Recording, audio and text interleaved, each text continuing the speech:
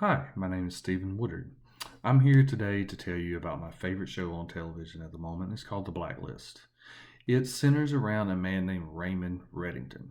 The premise of this show, when it premiered in September of 2013, was that Raymond Reddington, 20 years prior, had been a naval intelligence officer, one of some renown.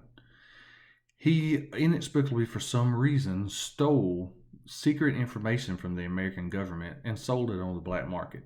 He used the funds from this to set himself up as the head of a criminal organization. 20 years later, he turns himself into the FBI. Just out of the blue, shows up at their front door one day and turns himself in. He does this because he wants to work with the FBI. He begins to tell them about secret criminals that no one knows about, that no one even has any idea exist. He calls them blacklisters, and he wants to help them locate these people and bring them in. Of course, there are ulterior motives for him doing this, those being his own ends.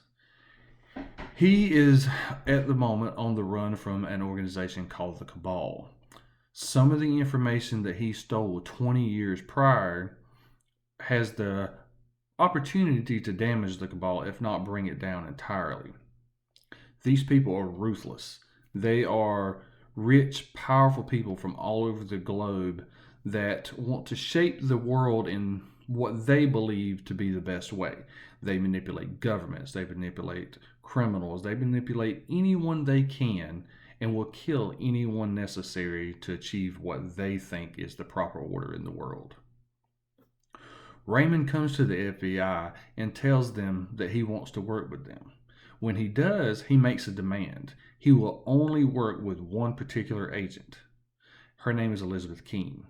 She's a brand new agent, fresh out of Quantico, no experience. So why does he want to work with her and only her? What's the connection?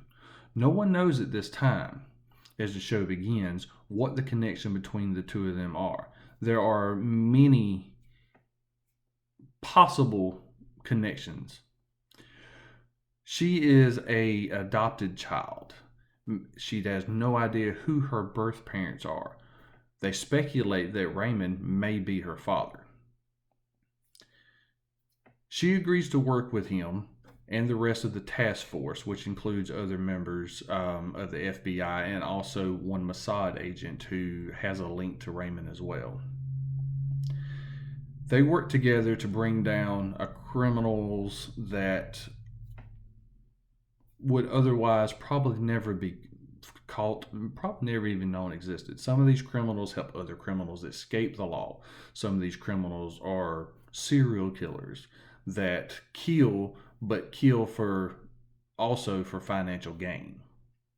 There are scientists that create horrible weapons and diseases to sell to governments to use in warfare. There's also many of them that traffic in children and other people. Raymond's helping bring them in. Granted, he is doing it for his own selfish ends, but by doing so, he is actually doing some good. Raymond is not a good man, but he's also not an evil man. He is loyal, and he treats the people that are loyal to him greatly. Betray him, and he will make you regret it. There are many mysteries to this show. The connections between him and Elizabeth.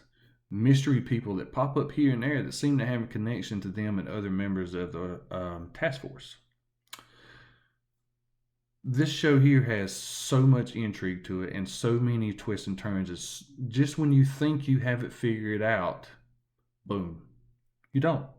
They completely throw you for a loop. One of the biggest surprises to me comes in the last season that I just watched, which was season 7. And it threw me in a way that I just didn't think TV shows could do anymore. I suggest everyone watch this show if you enjoy mystery and intrigue, if you enjoy spy thrillers, if you enjoy criminal, organization type stuff. Watch it, and I think you'll enjoy it. Thank you.